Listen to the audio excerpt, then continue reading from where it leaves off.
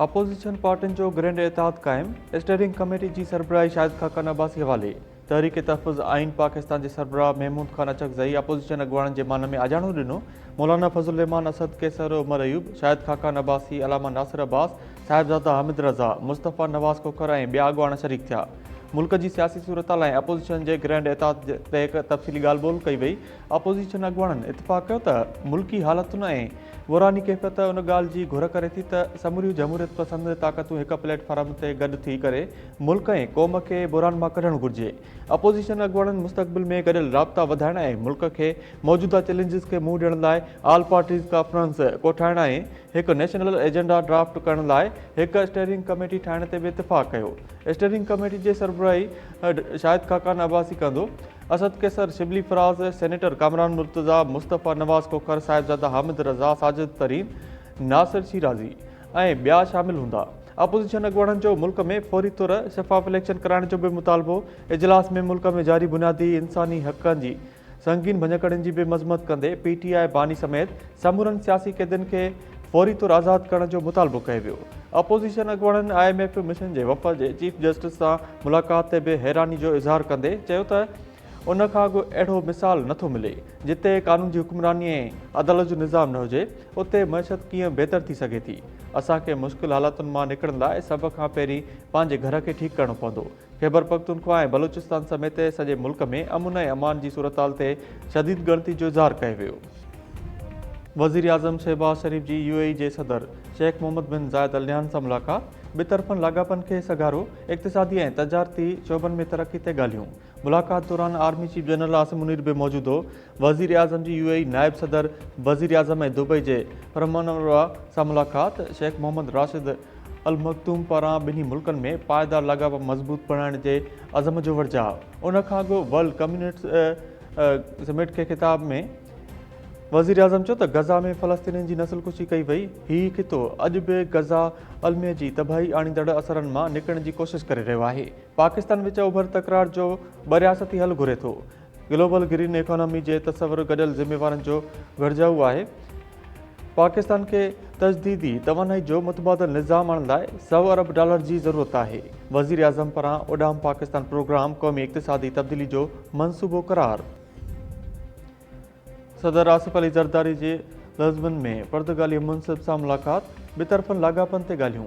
सदर आसिफ अली ज़रदारी पुर्तगाल जे सदर खे पाकिस्तान जे दौरे जी दावत ॾिनी। सदर चयो आहे त पुर्तगाली मुंसिब जे पाकिस्तान जे दौरे सां गॾियल सहकार जा नवां रस्ता खुलंदा। मुहाजिर क़ौमी मूवमेंट जो सरबराह आफ़ाक़ अहमद गिरफ़्तार। कराची पुलिस आफ़ाक़ अहमद खे डिफेंस वारी राइशगाह तां गिरफ़्तार कयो।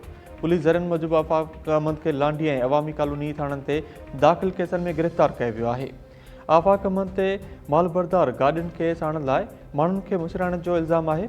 कराची में डंपर हादसनि खां पोइ आफ़ाक़ अहमद 2 ॾींहं अॻु प्रेस कॉन्फ्रेंस दौरान अल्टीमेटम ॾिनो हो त अंगारे ताईं हैवी ट्रैफ़िक शहर जे रोडनि ते नज़र न अचे।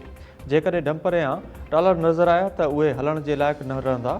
अहिड़े बयान खां पोइ कोरंगी, लांडी ऐं सरजानी टाउन समेत मुख़्तलिफ़ इलाइक़नि में मशरियल माण्हुनि 7 गाॾियुनि खे बाहि ॾेई छॾी।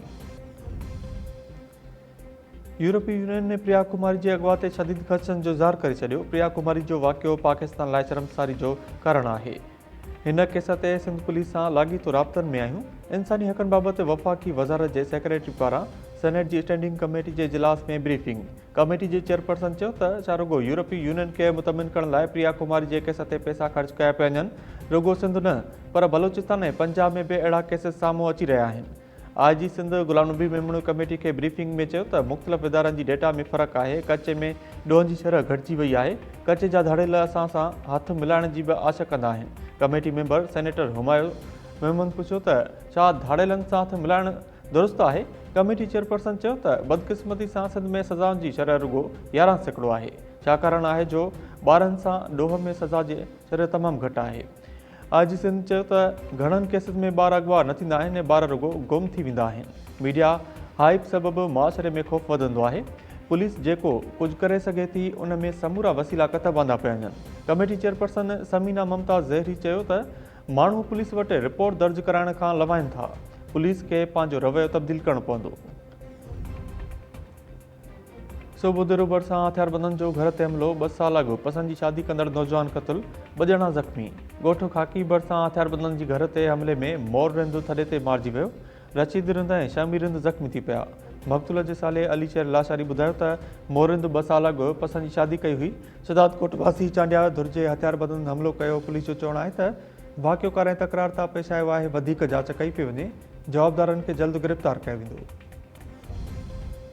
ऐं छाछरो भरिसां ॻोठ कानकियो में नौजवान ऐं नारी जा खूह मां लाश हथे। नौजवान केवल कोहली ऐं नारी भागू कोहली जा खूह मां लाश मिलिया। इलाइक़े में चोॿुल आहिनि त नारी जी कुझु ॾींहं में शादी थियल हुई। पुलिस जो चवणु आहे त पसंदि जी शादी न थियण ते नौजवान ऐं नारी आपघात कयो आहे। वधीक जांच कई पई वञे।